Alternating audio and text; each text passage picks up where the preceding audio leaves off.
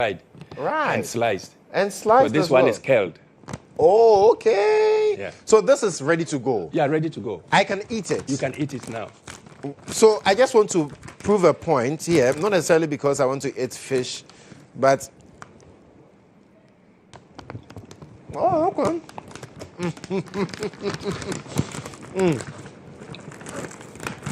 It is tasty as well. Thank you very much. So this is what we want to sell to Ghanaians. Yeah, we do it this year. We want them to buy made in Ghana. Everything is packaged here. All our workers are Ghanaians. We use Ghanaian water. Oh, wow. As well. Fantastic. So we're going to have these products from tomorrow. Yes. The fish and the vegetables The as well. vegetables. So far, is it bell pepper? Just that? Yes, so we're doing bell peppers. So my background is I did mathematics. Okay. And then I did my master's in finance. So my background is basically I was a portfolio manager before coming to Ghana. I'm not an agric expert. What I'm doing, I just read and then I'm doing it. So I see myself as an investor. I need to get returns on my investments. I need to maximize revenues, maximize my profits, but not at the expense of the consumer. So that is what we're doing at Mordecai Farms. Okay. We're very data driven.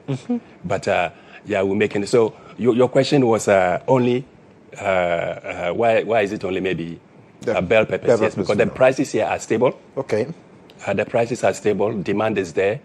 So if I go for tomatoes, you know the fluctuation is seasonal, and then you get killed by the other market. But for this one, I can get It's a niche market as well. Fantastic. Now, Jibu, I know that you're also you have packages for institutions that want to get hydrated, right, and perhaps do not want to, have so much plastic around. Right. You have solutions for them as well. Yes, we do. I mean, I'm sure you're aware we provide hydration solution for GHOne and then the network. Yes. So for institutions that would want to also get some hydration partners, you should reach out to us.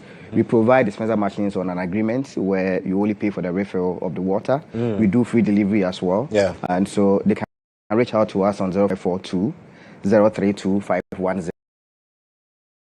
0542 032 510. Institutions, being it churches, being schools, other organizations in terms of corporate bodies for your offices, for your homes and co, they should all reach out to us.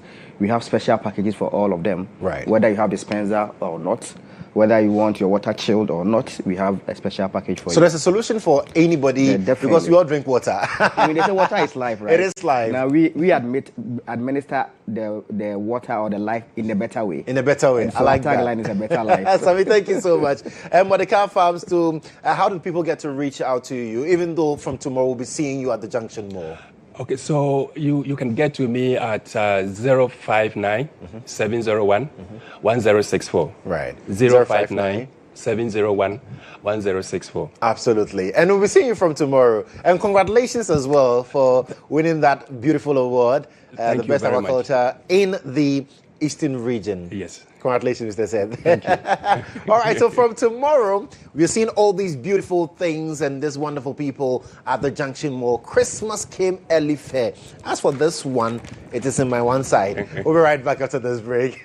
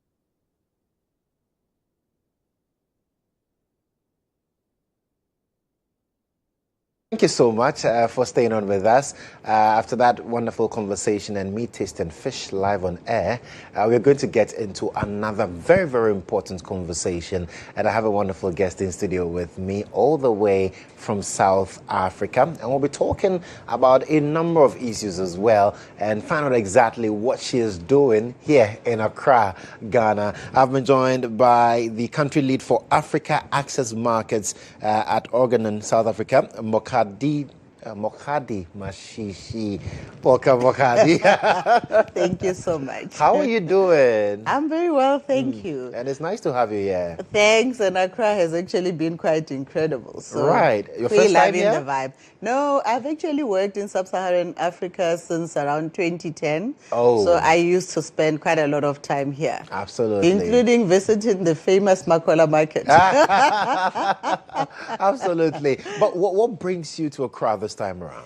Oh, this time around, the WHX Leaders Summit is hosted here in Accra. Yes. And this is a platform that brings together ministers across the continent, and sometimes we're even joined by ministers from outside of the African continent to speak about health issues. And then also, I mean, as we think about what has happened in healthcare in recent years around the shift in donor funding, some of the changes that are happening in that landscape, it's absolutely critical that as Africa, we organize ourselves so that we can actually be able to pivot and be able to transform accordingly. So this is a great platform to engage with ministers, but also, given that as GHOne, we focus mainly on women's health and the health of women. It's a critical component to bring to the conversation as well. So when we launched our organization in 2021, we decided that we are not just launching a company, we are launching a commitment to women to ensure that there is a lot more investment in women's health. And quite interesting, but under your leadership, how would you say you're scaling up family planning basically across the Sub-Saharan Africa region? Oh, so I'm responsible for 34 countries across the continent. Wow. So that requires a lot of engagement with governments to ensure that policies are actually shifting in the positive light for family planning included as well.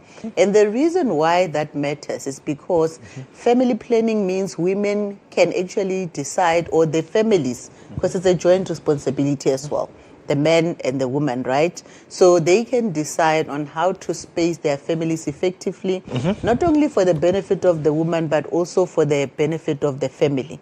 Given that in Africa, and I believe worldwide, women are the pillars of communities, right? We're just talking about how your wife is already asking for the fish, right? She wants the fish home. She's got her eyes on me. She's got the eyes on me. Yes. So that is critical. And family planning, how it supports the health system, is that we know that one of the key challenges globally is maternal mortality, the death of women while giving birth. And that shouldn't be happening. No woman should actually die while giving life. Absolutely. And part of that, a lot of those causes of these deaths are preventable. So family planning, in a view, can actually be used as a key strategic lever to reduce this maternal mortality. Because, as I always say, and I know this analogy might be, but it's always impactful.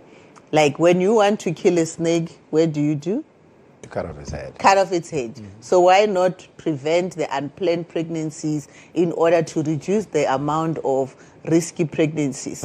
And when we look at family planning as well, while as GHOne we are the suppliers of an innovative solution that can be used over a 3-year period. It can be used immediately postpartum, and it actually prevents, or rather strengthens, the health system. We also look at ways in which we can partner beyond that. Because we understand that you have to deal with the entire ecosystem. So the health literacy has to be good. People have to understand what is available, what is the value of family planning, and this has to happen at community level, at the leaders level, at the healthcare professional level, at a government level. So the political willingness has to be there. So obviously one needs to ensure that the conversations are applicable at every level. And how are you partnering with the governments? Because you mentioned you're responsible for 34 countries. Yes. That's a lot of work. But how are you partnering with government to make sure that at least issues around sexual, reproductive health rights and others, we are properly getting it in context for the people who deserve to know? For them to make informed choices as well. So there is multiple platforms that exist that actually bring governments together. So for example, as I've mentioned, a platform like WHX, the Africa Union, NEPAD, AUDA, NEPAD as well. And then we also partner with organizations that like UNFPA, who are focused mainly on family planning. Okay. And then we work with FP 2030, who are also helping governments to make commitments to ensure that there's access to the commodities, number one. Number two, that the commodities reach women wherever they are.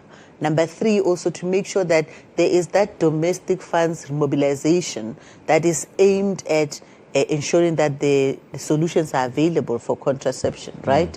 And then it's also key that we partner directly with the ministries to understand what are the core issues that they are trying to solve for.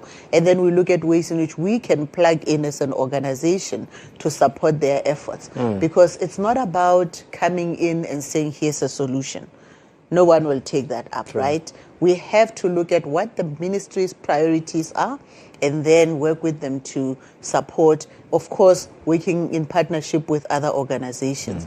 And on that note, we actually have worked with several organizations to start the Coalition for Women's Health in Africa. And the intention was to look at healthcare from the perspective of the women on the continent.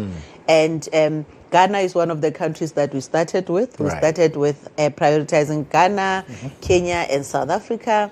And then we have about 18 private sector partners where we're looking at ways in which we can continue to advocate for that. And family planning is one of the core strategic pillars and technical working group where we can ensure that we have insights across all countries to understand what policy shifts needs to happen and how are we going to drive the implementation.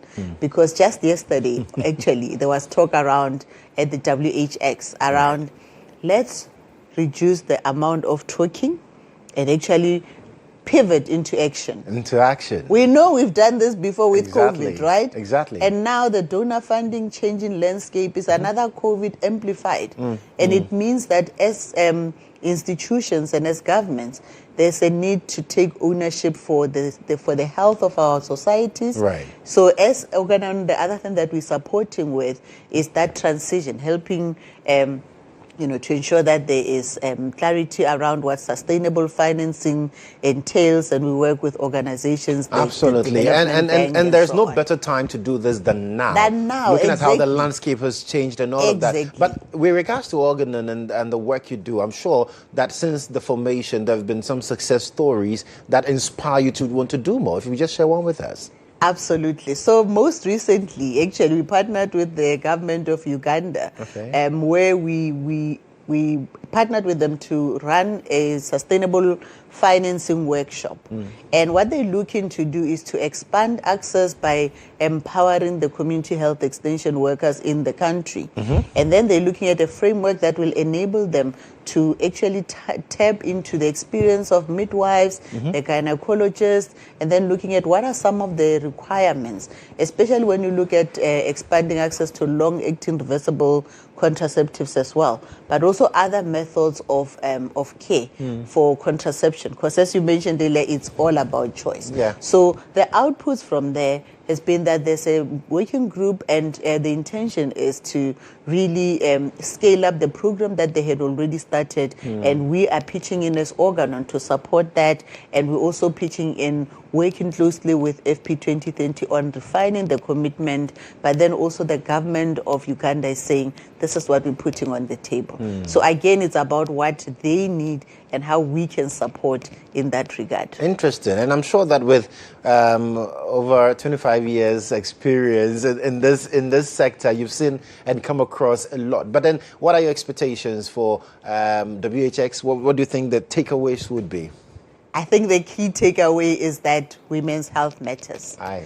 And family planning gives that demographic dividend. It's amazing that there's so many publications that are highlighting the impact of investing in family planning. And it should be seen as that, not as an expense, but as an investment. For every dollar that you invest, you are gaining back about $8 in economic development. That is an 800% return on investment. And that's good business. It's good business. And if you take into account all the other elements like reducing the number of visits to the medical centers, and also looking at the empowerment of your healthcare professionals as well as the extension health workers. And if you look at the more exponential benefits, that goes to from $1, the return on investment is $109. Wow.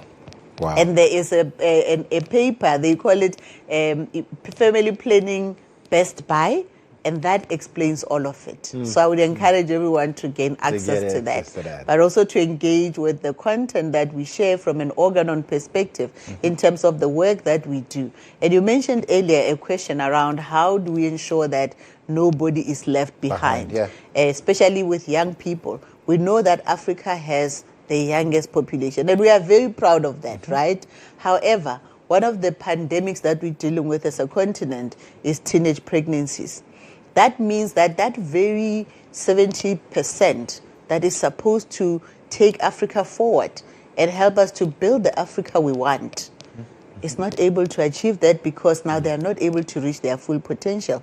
So it's critical that young people are part of not only the conversation, but also for the policy shifts. And on that note, we partnered with UNFPA, MIT Solve, and GHOne 2 years ago on solutions, calling for solutions globally to support SRHR, especially for young people.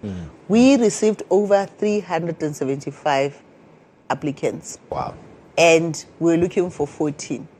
And out of the 14, 5 came out of Africa. Wow. One of them from Ghana. The Kayaye initiative. Yes. And what they do is actually visit women in markets such as the Makola market to understand what their needs are so that they can also plug in with government to share exactly the insights, and then data can then be utilized to make the right decisions and the right investment choices. Very, very important. And I remember some years ago I did some work with UNFPA, and this stuck with me. Children by choice and not by chance. Absolutely. Children by choice and not by chance. Exactly. Well, and that's how we build future families, right? And it's a family responsibility, even as parents. And I think that is where I also firmly believe, and I think as GHOne as a whole, we firmly believe that family planning is not just a health industry issue.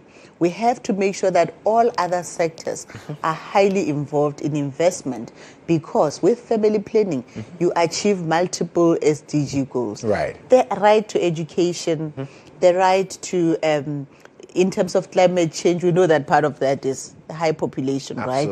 And then the right to gender equality, you build in the solid pipeline that you're looking for, and good health and reducing poverty. So it's a no-brainer, right? Absolutely. They have to make sure that there's a budget line that's specific for family planning. And most importantly, it's not just a health issue. It extends into economics and every aspect of our lives. Absolutely. I wish we could extend this conversation, but thank you so much for coming.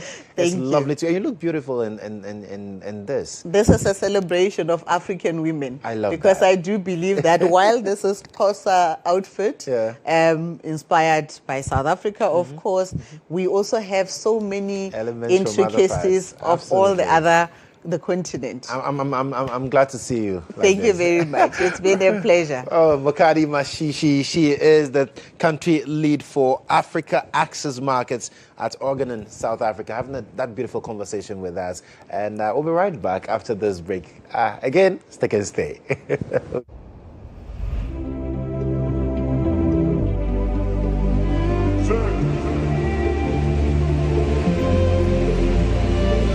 Problem there, better call Jesus. I'm only big man, not a ball on me. I watch your face, I seen the hope and it dawned on me. Everything could have been lovely But time.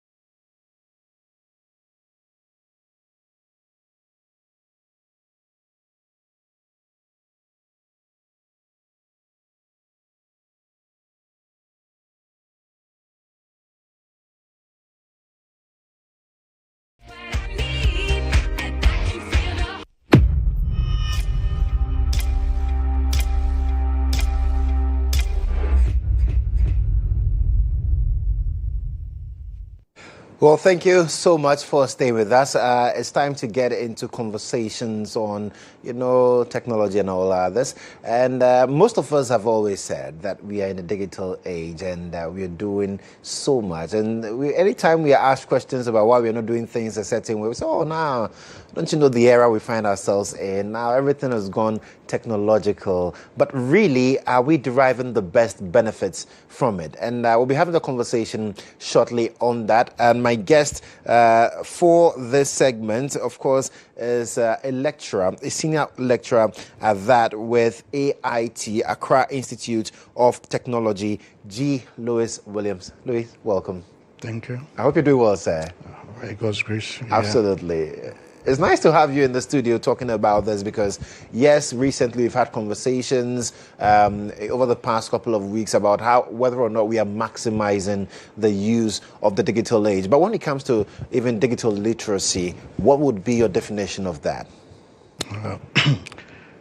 Well, digital literacy involves, I think, 5 levels. Okay. Level 1 is the one that almost everybody, even the illiterate, can do. You can turn on any smartphone or your phone or your laptop, or you turn it off. Or even access a certain program, either play games. That is the first level. Okay. But then from there you go to another point where can you access the information, things you actually need? Can you access it? Do you have that skill to navigate? That is a point where a lot of people fall short. Right. But a lot of the youth are able to also get through that point. Okay. Now, so you can go on the web, access a program, begin to play games, and any other thing that he or she is interested in. So that is the second level. Okay. But then the issue is, when it comes to information, are we able to differentiate between the fake news and the genuine? So you go out there and people throw out anything. So yes, you can get access. Are you able to differentiate between what you are reading, what you are accessing? Is it true? So this is whereby your critical thinking comes into play. Okay. Otherwise, anything thrown at you, you take it as the truth. And then you may find yourself having issues or challenges all over because somebody also may challenge you that what you're saying is not true. Now, from there you go to the third level where here, apart from just accessing the news, can you interpret it? Okay. Can you interpret it? Can you share with others? That is also another level. And it is many people don't go beyond level 1. Some level 2. But level 3 is a challenge for a lot of people. And so if we are talking about digital literacy, these are some of the things we have to make sure the training, the access gives us that understanding. Now, what about the etiquette? For example, in technology, there are things we need to look at. 1, what I'm doing, what I'm sharing, is it true? Is it helping? Or is it harming? So when you begin to make differentiate between these things, you will know how to use it. Okay. The fourth level, which is creativity. Now, you can take a song, you can add to it. For a student, you should be able to do a presentation. You should be able to research on issues and come out and put it out that, look, issue A in my community is so and so. If we do this about it, we'll get this result. If we go this way, and this is by research. It's not by just sitting down. But mostly what we see, the level of creativity we see now is the young are spending their time just stripping, twerking, just watching, just anything at all. Yeah. Forgetting that tool they have, they can use it to develop themselves. Others go beyond.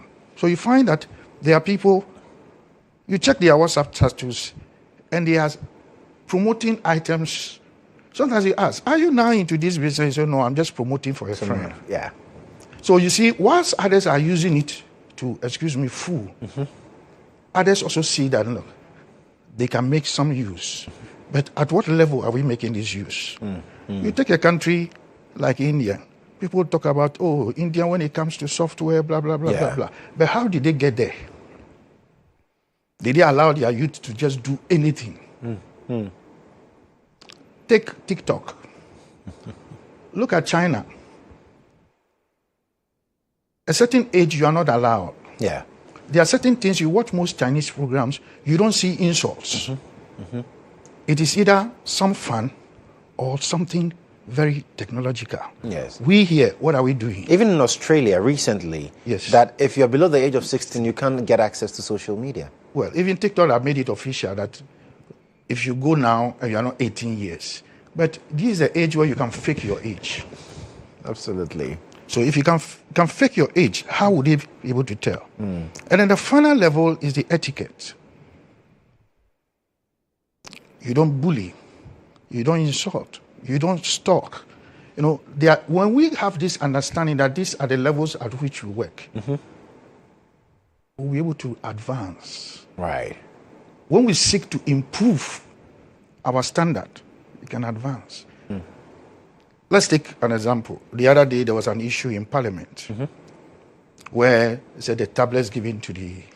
Yes, the education minister mentioned that the tablets that were given to the students to learn, they are now using it to watch pornography. But the issue is simple. Don't we have safeguards? This is where censorship comes in. These tablets are meant specifically for students. Yes. Why were the necessary safety tools not put in?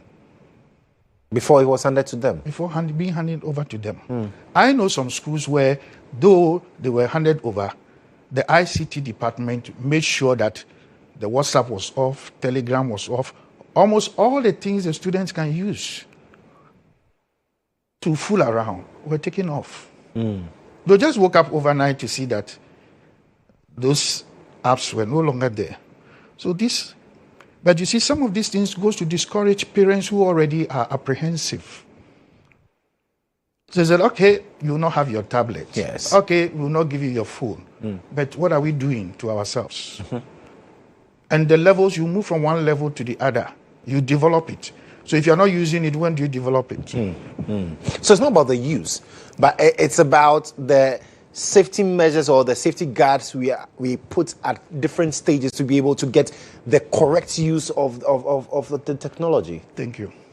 Wow. and people also have this thought. Even, I think, was it yesterday?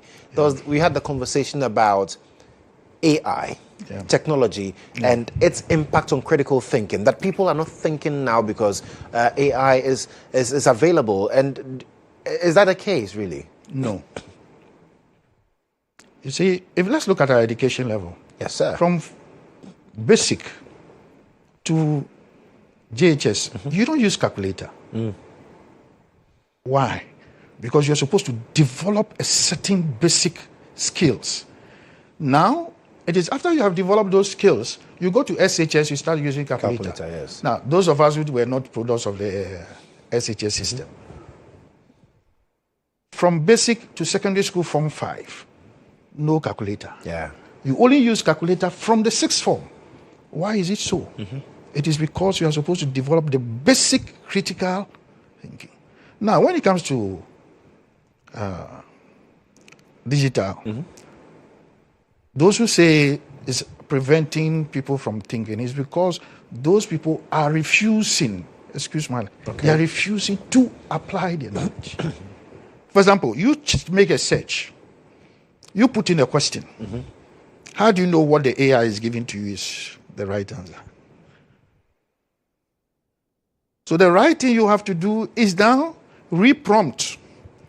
If there is another tool, you apply. Then you compare. Critical thinking is helping you to do that. So if you're not sure of whatever information you are getting, look for it from another source. Okay. And that would also be if you yourself, you are actually analyzing to know that what I'm getting is not what I want. Not necessarily what you're... Let's say my first prompt, yes, I've gotten this. I reprompt. I'll give you an example. I saw a plant in my house. I couldn't identify the plant. So I took my phone, go to Google Lens. It says it is this. I wasn't sure. I go to another AI tool, Gemini. I showed it. It also gave me a different answer. Now, when I compare the two, I say, no, these two creatures, they are not speaking the same language. Yes. So I may have to go to a third opinion. It is up here. So if you are not prepared to think, whatever is thrown at you, you take it. It's just like students are given assignments and they go to the AI and they copy word to word, ditto. So you see that this is a lazy student. But a student who have been taught from the beginning that, look, whatever you have, check and cross-check. And if possible, cross-check again. That's what the difference is. Yes, that makes the difference. And do you think our educational system as it is helps us now? Have we evolved to be able to imbibe these qualities digitally in students? No. Though efforts are being made, but it comes to the teacher, the parent, and society. It's just like this issue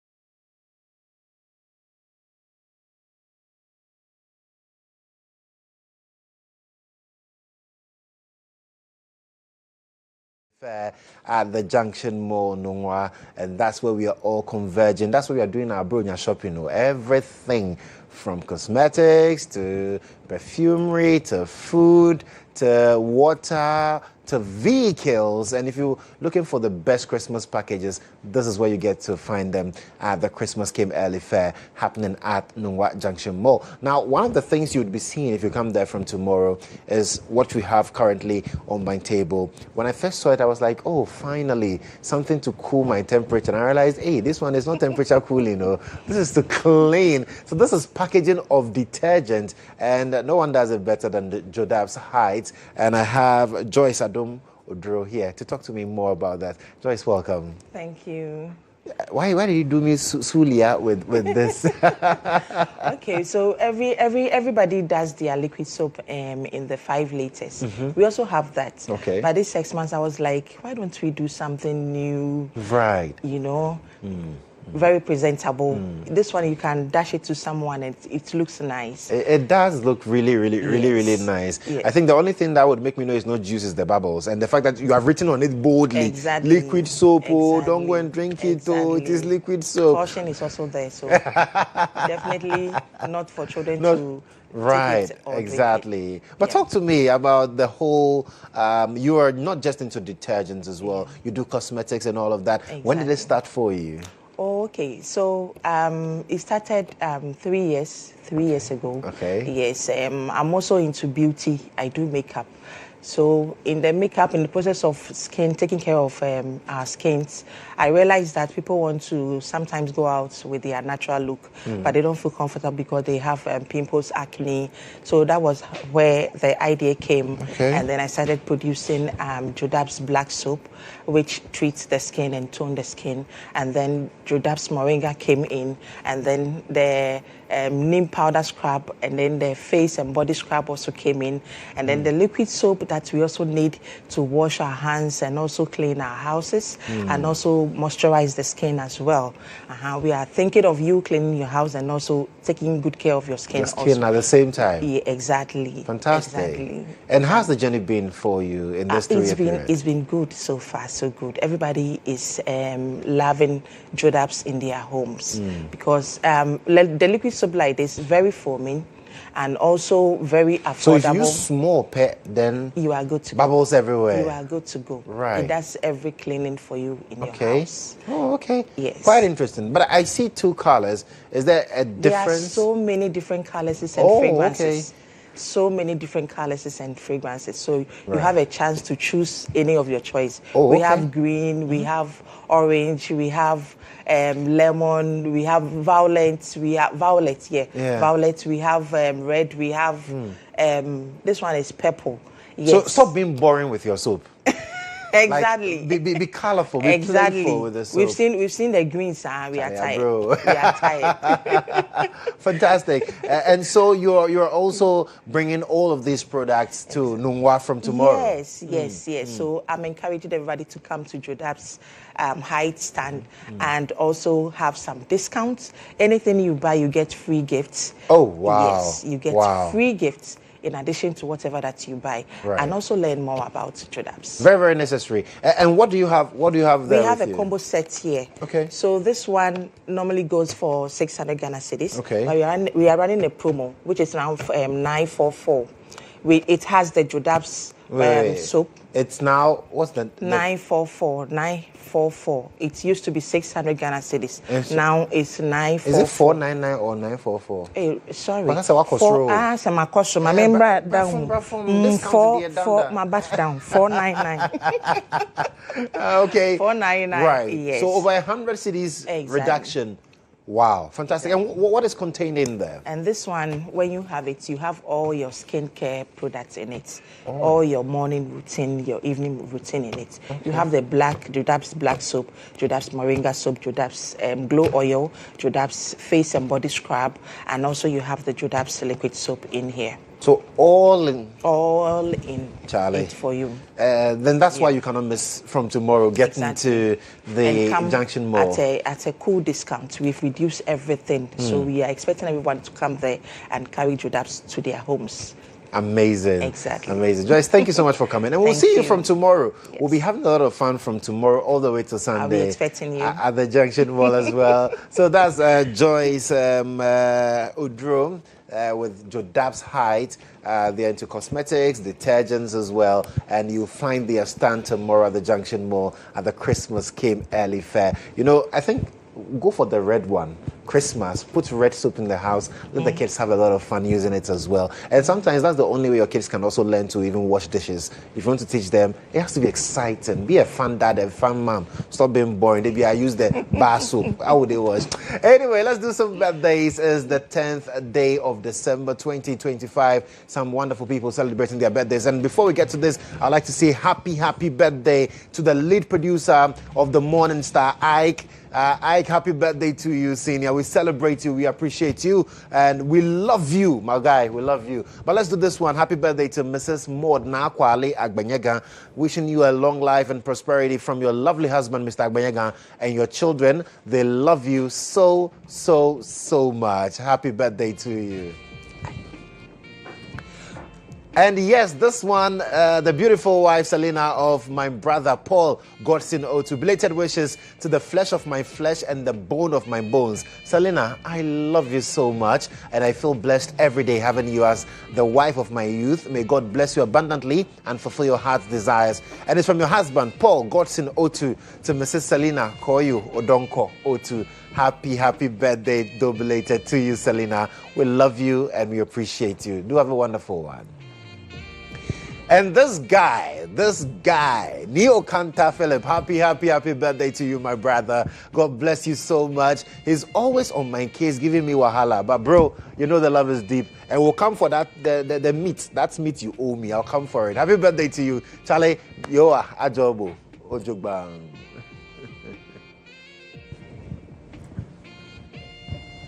And yes, to the lead producer of Morning Star on Star 103.5 FM, the man Isaac Ade. Happy birthday, Super Charlie. You are a big man. We are a big man. God bless you. Well, that's all time will allow us this morning. Thank you so much for being part of the show. We're back same time tomorrow right here on GHOne Television. I am Joshua.